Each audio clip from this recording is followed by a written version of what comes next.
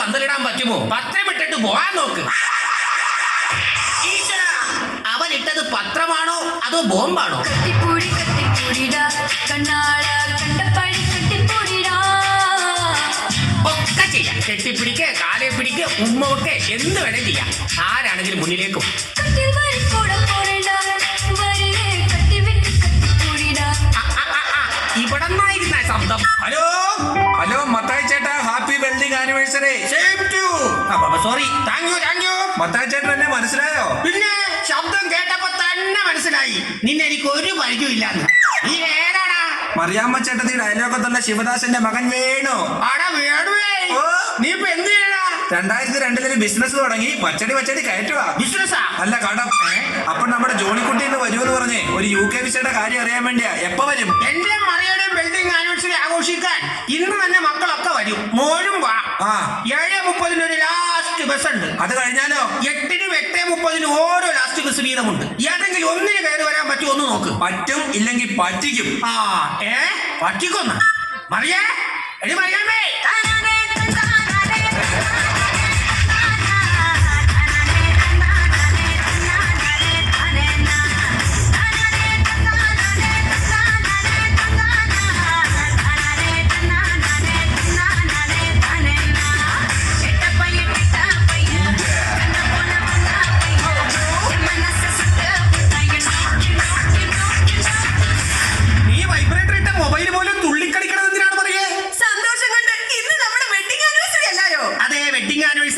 അല്ലാതെ നീ പഠിക്കണ സ്കൂളിൽ ആനിവേഴ്സറി അല്ല ഡാൻസ് കളിക്കാൻ.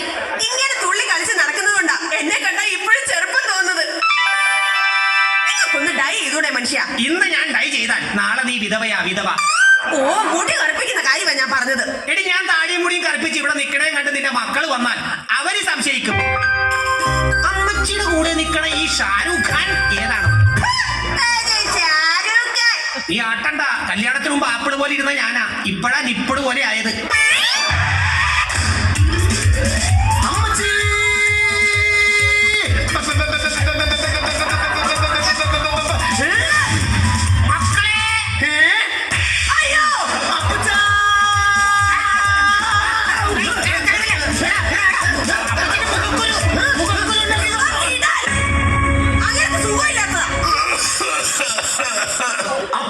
ചുമ എനിക്ക് കേൾക്കാൻ വയ്യ.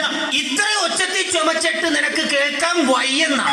ഇതിലും നന്നായിട്ട് ചുമച്ചോണ്ടിരുന്ന തണുപ്പ് കാലം ഒന്ന് തുടങ്ങിക്കോട്ടെ, അപ്പ തുടങ്ങും ഒരു ചുമ. ഒരൊറ്റ ചുമയ്ക്ക് അകത്തിരിക്കുന്ന ചെമ്പുകാലം വരെ കിളിങ്ങും. നിക്കറിടാതെ നടന്നിരുന്ന ഇത്ര കാര്യമല്ല മനുഷ്യ പറഞ്ഞത്. ഞാൻ സണ്ണിക്കുട്ടിയുടെ കാര്യമാണ് പറഞ്ഞത്. ഇപ്പൊ ഞാൻ നോക്കിയ കോട്ടും ടൈയും പത്രാസുകാരനായി. എടാ സണ്ണിക്കുട്ടി, ഈ ടൈക്ക് എന്നാ വില വരും? ഇവിടുത്തെ ഏകദേശം 6000 രൂപ വരും മമ്മി. 6000 രൂപ ഉണ്ടെങ്കിൽ നിനക്കൊരു കളർ TV മേടിച്ചൂടെ? വാങ്ങാം, പക്ഷെ TV വാങ്ങി കഴുത്തെ കെട്ടി തൂക്കിടാൻ പറ്റില്ലല്ലോ. നല്ല മണം. ഇത് എന്തിന്റെ മണമാടാ? അതൊരു സെന്റിന്റെ മണമാ. ഒരു സെന്റിന് ഇത്രയും മണമാണെങ്കിൽ 2 ഏക്കറിന് എന്നാ മണമായിരിക്കും? ഭയങ്കര മണമായിരിക്കും മറിയേ. എന്താ പേര്? മത്തായി. അല്ല അപ്പച്ച, ഈ അപ്പച്ചാന്ന് വിളിച്ച് പേര് മറന്നുപോയി. മിസ്റ്റർ മത്തായി അല്ല മിസ്റ്റർ അപ്പച്ചൻ. നമ്മുടെ വീടിന്റെ ലെഫ്റ്റ് സൈഡിലായിട്ട് വളരെ പൊക്കത്തിൽ ഒരു ചെടി ഇങ്ങനെ ഉണ്ട കായ്ക്കിട്ട്, എന്താണത്? അതാണ് തെങ്ങ്. അതിന്റെ തൊട്ട് താഴെ വലിയൊരു കുഴി. അതാ കിണറ്. അമേരിക്കയിൽ ഇതൊന്നുമില്ല. കുവൈറ്റിന്ന് കമ്പി വന്നിരുന്നു. കുറച്ച് മണലും സിമന്റും കൂടെ വന്നിരുന്നെങ്കിൽ അടുക്കളുടെ പണിയൊന്ന് തീർക്കായിരുന്നു. റാണികളുടെ കമ്പി വന്ന കാര്യമാ പറഞ്ഞത്. നമ്മുടെ വെഡിങ് ആനിവേഴ്സറിക്ക് അവര് വരത്തില്ലെന്ന്. ജോണിക്കുട്ടി ഇന്ന് ലണ്ടൻ എത്തി. അല്ല, ലണ്ടനിൽ നിന്ന് ജോണിക്കുട്ടി എത്തി.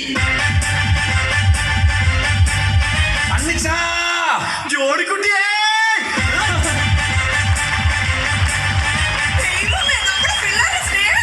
കൊല്ലങ്ങൾ കൂടി കാണുന്നതല്ലേടി, കെട്ടി പിടിച്ച് സന്തോഷിക്കട്ടെ.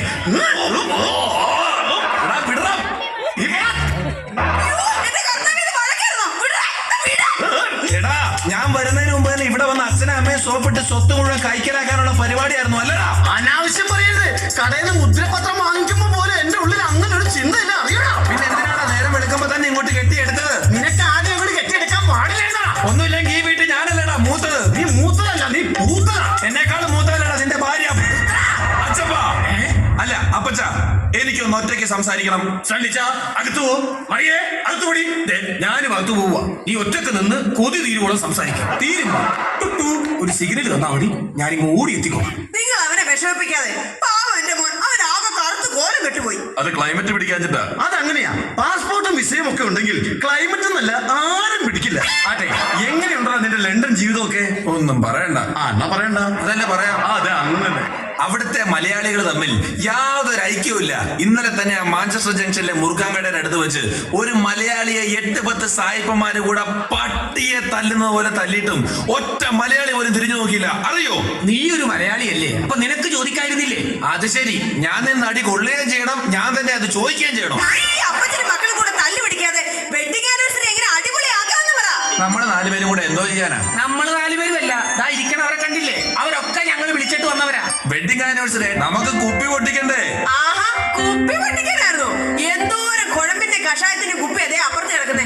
എന്റെ മോൻ ഇഷ്ടം പോലെ തല്ലി പൊട്ടിച്ചു. എന്റെ അമ്മച്ചി, ഞങ്ങൾ നേരം വെളുക്കണവരെ ഇരുന്ന് വെള്ളം അടിക്കാൻ പോവാന്ന്. ആ, നേരം വെളുക്കണ വരെയോ ഉച്ച വരെയോ വെള്ളം അടിച്ചോ. പക്ഷെ അതേ പ്രത്യേക ഒരു കാര്യം ശ്രദ്ധിക്കണം, മോട്ടർ കേടാക്കരുത്. ഈ ആ വെള്ളമടിയല്ല, ഈ വെള്ളമടി. വൈകിട്ട് എന്താ പരിപാടി? ആ പരിപാടി കണ്ടോ, അപ്പച്ചന് കാര്യം പിടികിട്ടി. അതുകൊണ്ടാണ് അപ്പച്ചന് വേണ്ടിയിട്ട് ഞാൻ 2 ജോണി വാഗറിന്റെ ഫുള്ള് ലണ്ടനിൽ നിന്ന് കൊണ്ടുവന്നത്. അപ്പച്ചൻ അതൊന്നും ഒരു പ്രശ്നമല്ല മക്കളെ, നിങ്ങൾ ഇങ്ങോട്ട് വന്നല്ല അത് തന്നെ സന്തോഷം. എന്റെ പൊന്നു മോനെ, നീ വരുന്ന വഴിക്ക് പ്ലേറ്റിന് എന്തെങ്കിലും തകരാറ് സംഭവിച്ച് എന്റെ മോൻ അപ്പച്ച കൊണ്ടുവന്ന കുപ്പിയെങ്ങാനും പൊട്ടിപ്പോയിരുന്നെങ്കിൽ ഞാൻ പ്രാഗി കൊന്നേനെ. നിങ്ങൾ അപ്പനും മക്കളും കൂടെ വർത്താനം പറഞ്ഞ് നിൽക്കാതെ കൈ കഴുകിട്ട് പെട്ടെന്ന് ടേബിളിലോട്ട് വന്നേ. എന്തിനാ അമ്മച്ചി? നമുക്ക് ഒരുമിച്ചിരുന്ന് TV കാണാം. മക്കളെ, ഇപ്രാവശ്യത്തെ എന്റെ വിവാഹ വാർഷികം പത്രത്തിൽ കൊടുക്കണം. അതെന്തിനാ അപ്പച്ച? എന്റെ പൊന്നു മക്കളെ, ഞാൻ ഇത്രയും കാലം നിന്റെ അമ്മയുടെ കൂടെ ജീവിച്ചിരിപ്പുണ്ടെന്നുള്ള കാര്യം നാട്ടുകാരൊന്നും അറിയട്ടടാ. അതൊക്കെ പോട്ടെ, ഇനി എന്താ അടുത്ത പരിപാടി? എന്തായാലും എന്റെ വെഡിങ് ആനിവേഴ്സറിയിലെ നമുക്ക് കേക്ക് മുറിക്കാം. എന്റെ പറമ്പിൽ തേക്ക് മുറിക്കാൻ ഞാൻ സമ്മതിക്കത്തില്ല. അയ്യോ, തേക്കല്ലടാ, കേക്ക്. കേക്കും തേക്കൊക്കെ മുറിക്കുന്ന കാര്യം അവിടെ നിൽക്കട്ടെ, ബാക്കി കാര്യങ്ങൾ എന്താന്ന് അപ്പച്ചനും കൂടി പറഞ്ഞു. അല്ല, എന്റെ പൊന്നു മക്കള് സണ്ണിക്കുട്ടി എന്തുവാ ഉദ്ദേശിച്ചേ? എന്താ ഉദ്ദേശിച്ചെന്നോ? ഞാൻ ഉദ്ദേശിച്ചത് വേറൊന്നുമില്ല, നമ്മുടെ സ്ഥലം വീതം വെക്കുന്ന കാര്യം. തുറന്നങ്ങ് പറയാം, അപ്പൻ ഇനി അധികം നാളെ ജീവിച്ചിരിക്കും തോന്നുന്നില്ല. അതുകൊണ്ട് ആ ഭാഗം വെപ്പങ്ങ് നടത്തണം. എന്റെ പൊന്നു മക്കളെ, അതെനിക്കറിയാം. അതുകൊണ്ട് അപ്പൻ അതെല്ലാം കരുതി കൂട്ടി ചെയ്തു വെച്ചിട്ടുണ്ട്. ആഹാ, അപ്പച്ചന്റെ മൂത്ത മോനായ ഈ സണ്ണിക്കുട്ടിക്ക് അപ്പച്ചൻ എന്തൊക്കെയാ കരുതി വെച്ചേക്കണത്?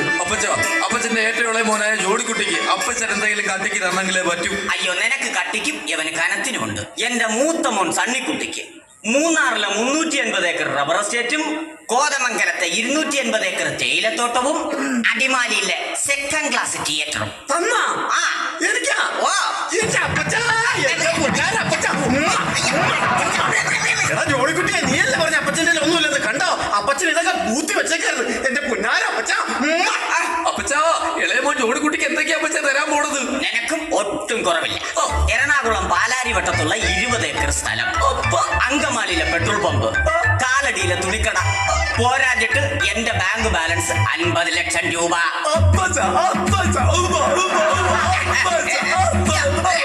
സണ്ണിക്കുട്ടിയായി.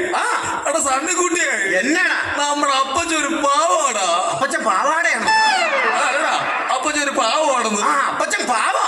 എടാ, അപ്പച്ചൻ ഇതൊക്കെ തരാന്ന് പറഞ്ഞല്ലോ. അപ്പച്ചൻ എന്താ ഇല്ല ആലോചിക്കുന്നത്? നമുക്ക് എഴുതി തന്ന കാര്യമാണോ? എടാ, നമുക്ക് എഴുതി തരുന്ന കാര്യമായിരിക്കും ആലോചിക്കുന്നത്. അപ്പച്ചോ, അപ്പച്ചൻ ഇതൊക്കെ തരാന്ന് പറഞ്ഞിട്ട് എന്താ ഈ ആലോചിക്കുന്നത്? അല്ല, ഞാൻ നിങ്ങൾക്ക്